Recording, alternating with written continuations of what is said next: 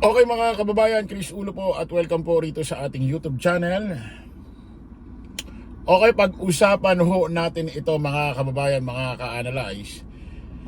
Itong matindi at malupit na pahayag ho ni bagong appoint ni Pangulong Bongbong Marcos, Undersecretary ho ng PCO. Walang iba, Attorney Claire Castro. Ito mga kababayan, meron ho kasing isang press conference itong si Attorney Claire Castro na kung saan tinawag niya na most corrupt in the whole world. Putik. Nung 2016 daw, parang alleged pa lang daw, parang ano ba ang ano daw, parang alleged pa lang, kumbaga di umano. Pero no 2017 yata parang napatunay, parang certified corrupt mandarambog na. Natawa ako sa banat ni Attorney Claire. Kasi mga kababayan, nako may video si Digong na kung saan sinagot na hong si Attorney Claire na kung saan inamin niya. Inamin niya na talaga na Attorney Claire, totoo. Pakinggan nyo muna mga kababayan yung unang banat ni Ma'am Attorney Claire Castro bagong appoint ni Pangulong Bongbong Marcos. Mukhang araw-araw sinasabi ko puro bago ito. Mukhang hanggang December 31 ng 2025 puro bago. Puro bago Ito mga kababayan, pakinggan ho natin ito Morning, ma'am. Morning. May we just get your reaction on the recent pronouncement of Vice President Sara Duterte that in an indignation rally in Cebu, she said na may karapatan ng mga Pilipino na magalit sa gobyerno, ma'am. Unang-una nakakalungkot po. Lagpasan ho natin yung istorya na yan. Ibubukod ko yung video na yan para hindi tayo magulahan. About yung sinabi ng presidente ng impyerno. O nalilito kasi ako, kasalanan mo ito, Ma'am BP Inday Sara Duterte. Pati tuloy ako pati ako nalilito, pati ako sa vlog ko nagkakamali. Na-adapt ko yung sinabi mo Pasensya na mga kababayan, hindi ko na mapuputol yan. Nasabi kong presidente kasi ito si BP Inday Sara Duterte, sinabi niya sa kanyang press conference dati, ito rin mga tumutulig sa kanya, makikita pa rin daw siya sa impyerno, siya pa rin daw ang presidente. Hindi ko punta yung kape. Okay mga kabayan, pakinggan natin to. Hiwalay natin yung topic na yan. Dito tayo kay Digong, most corrupt sa buong pinaka-corrupt ho sa buong Kalawakan. Pinaka-corrupt ho sa in the whole ano ba Attorney kaya? In the whole world ba? Ano ba? Lungkot po na mula sa pangalawang pinakamataas na leader ng bansa ay mukha pang nag-i-encourage siya sa mga tao na magalit sa gobyerno. Nung nalaman po ito ng Pangulo ay wala po siyang naging reaksyon dito dahil hindi nga po ito dapat nanggagaling sa pangalawang pinakamataas na leader ng bansa. Ang tanong lamang po, nung panahon ba ng kanyang ama, nagsabi rin po ba siya na maaari po kayo magalit? Lalong-lalo na po, nung ang kanyang ama ay nabansagan at nabigyan po at kinilala bilang most corrupt noong 2017. Matatandaan niyo po ba yun?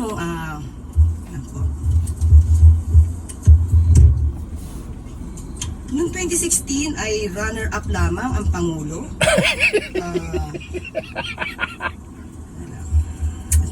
Runner-up. Noong 2016, runner-up lang si Pangulo bilang most corrupt. Siya ay kinilala ng Organized Crime and Corruption Reporting Project.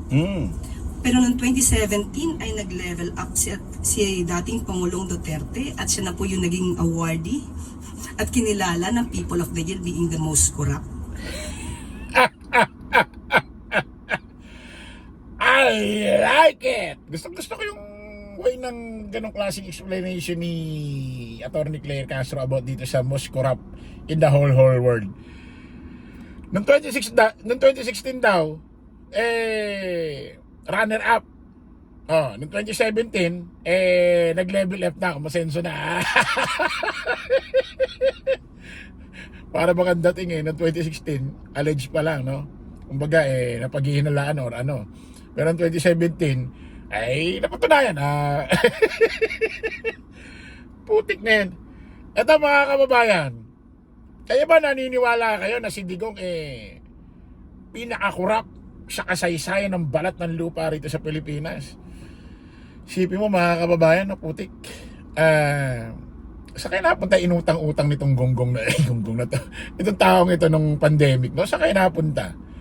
Tapos yung pondo pa ng Department of Health, inilipat sa isang kumpanya. Ano bang company yun? Hindi ko makakalimutan kasi bago yung company na yun eh. Tapos nung nalipat niya yung pondo ng pondo ng DOH doon, nagtanim siya ng tao. Tinanim niya si Bongo doon.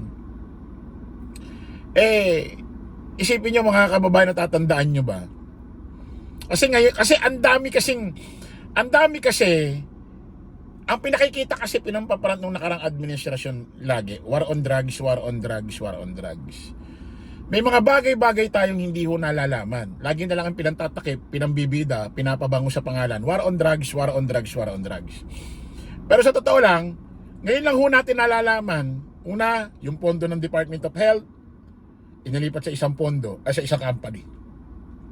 Kaya pala nung mga panahon na yon, ultimo mga DD shit, nagtataka, pati mga politiko, bakit itong si Digong, hindi ho masibak-sibak, ito hong kanyang secretary ng Department of Health kahit marami ng bulilyaso. Natatandaan nyo yun? Di ba natatandaan nyo yun? Hindi masibak-sibak. Kaya naman pala, yun pala yung dahilan. Bakit na nga naman sisibakin ang isang secretary na kung saan ang daming may alam about sa ginagawa niya nung panahon ng pandemic. Di ba?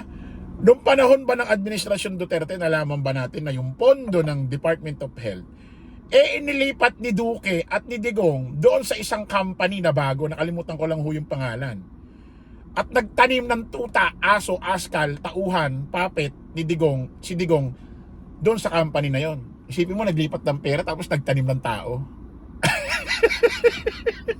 Obvious ka boy obvious ka former president Teka lang yung kape ko. Obvious ka sa galawan mo Isipin mo, naglipat ka ng pera doon, tapos pagkalipat mo ng pera, nagtanim ka ng tao mo doon. Ano ibig mo sabihin? May sarili kayong play, ganon.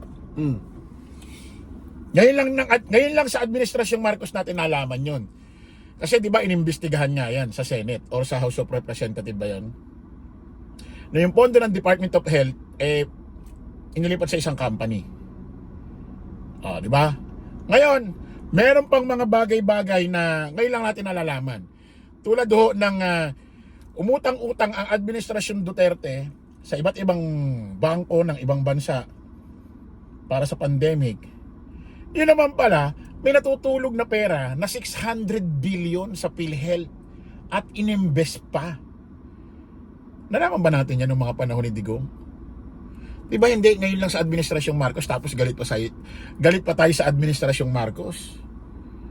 Ngayon nga lang natin nalalaman, yung mga hindi natin nalalaman nung administrasyon Duterte na kung saan tinatago nila, nililihim nila yung mga issue na yan. Ang pinakikita lang sa atin lagi, war on drugs, war on drugs, war on drugs, war on drugs. Para bang gusto na lang, doon na lang lagi sila purihin ng purihin habang may mga ginagawang kung ano-ano. Diba? Tulad niya kay BP Inday Sara Duterte, isipin mo, si Senador Angara lang ang nagbulgar na mayroong 1.5 milyong piraso ng laptop na nakatambak lang doon sa bodega ng DepEd. 1.5 milyon 1.5 milyong piraso ng laptop. 1.5 milyon piraso ng laptop. Nandoon lang. Nalaman ba natin yan? Wala. Di ba? Kay Angara lang sa administrasyong Marcos lang natin nalaman yan. Matatawag nyo kayang korap ang mga Duterte, especially itong demonyong si Digong. Itong taong si Digong. Tuloy natin. At inamin din naman po niya Namin pala sa niya kanyang statement ni Pangulong Duterte na siya ay kurap at siya ay nagnakaw. Pero naubos na nga lang. Kaya natatandaan niyo po ba yun? Because meron pa po ako ditong statement yan. Okay? So, ang tanong lamang natin, yung ba ay hindi niya man lang nasabi na dapat na merong karapatan ang taong magalit. And at the same Okay, laktawan muna natin yan. Ibahin natin yung set aside natin yung topic, ibahin natin para hindi tayo maguluhan. Ngayon mga kababayan, parang ano to eh. Kasi sinasabi si Digong mamamatay tao daw. Mismo si Digong pinatunayan niya mamamatay tao siya eh.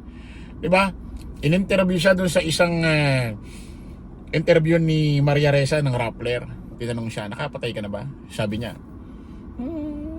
sabi niya pa nga, para ganito pangaway ng kanyang pananalita. Akala mo achievement, kung makapag-deliver ng salita, akala mo yung pagpatay, achievement eh. No?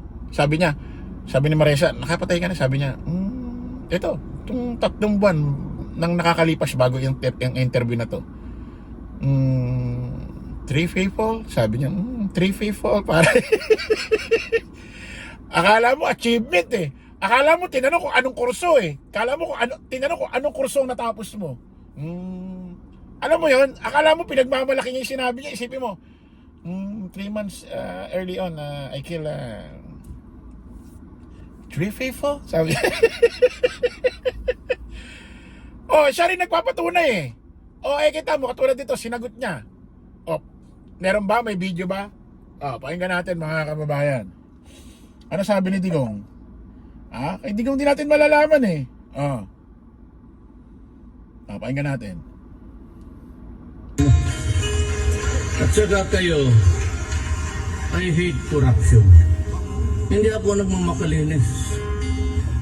Marami rin akong nanakaw pero naubos na. So, wala na. Hindi ako nang pero... Ayan na, maliwanag mga kababayan. Sabi niya, I hate corruption. Sabi niya, I hate corruption daw. I hate corruption sa iba. Pero pag ako, I love. I hate corruption. Pero marami rin akong ninakaw. Kaso, ubus na. Alam nyo, habang sinasabi niya yon, may background song, naririnig nyo. Yung kinanta ni Freddy Aguilar, sabi nyo, sawa na ang bayan ko, sa magnanakaw na tao. Isipin mo, pakinggan nyo, habang sinasabi ni Digong. Habang sinasabi ni Digong, may background song. Habang inaamin niya na marami rin siyang ninakaw, pero ubus na, kumakanta si Freddy Aguilar. Sawa na ang bayan ko, sa magnanakaw na tao.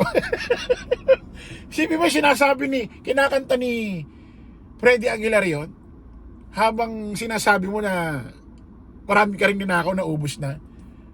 Pakinggan nyo ulit. At saka kayo, I hate corruption. Hindi ako nagmamakalinis. Marami rin akong nanakaw pero naubos na. So, wala. Ayan ha. I hate corruption pero marami rin akong ninakaw. So, ibig sabihin, galit siya sa corruption pag ibang tao ang nagnanakaw. Pero, pag ginagawa niya yung ayaw niya sa tao na corrupt, okay lang sa kanya. Mayahambing kaya natin ito sa My God, I hate drugs. Pero nagdodroga rin ako. Eh di, linaw eh, di ba? I hate corruption. Pero marami rin akong ninakaw, kaso naubos na. Pwede kayang I hate drugs. Pero nagdodroga rin ako dati. Araw-araw sabog ako. Pero ngayon, ubos na. Parang ganun eh. At least inamin ni Digong. Di ba? Na marami siyang ninakaw na ubos na. Ito to pala sinasabi ni Atty. Claire. Ano masabi niyo mga DD shit? Duterte pa more. Duterte. Okay, maraming salamat po mga kababayan. Kita-kita ulit tayo sa panibagong live, panibagong vlog. Paalam po, samantalangin yung lingkod, Dos Crisulo. Lagi natin tatandaan doon, follow the majority. Follow the right wing. Maraming salamat. Kita-kita po tayo ulit. Bye-bye.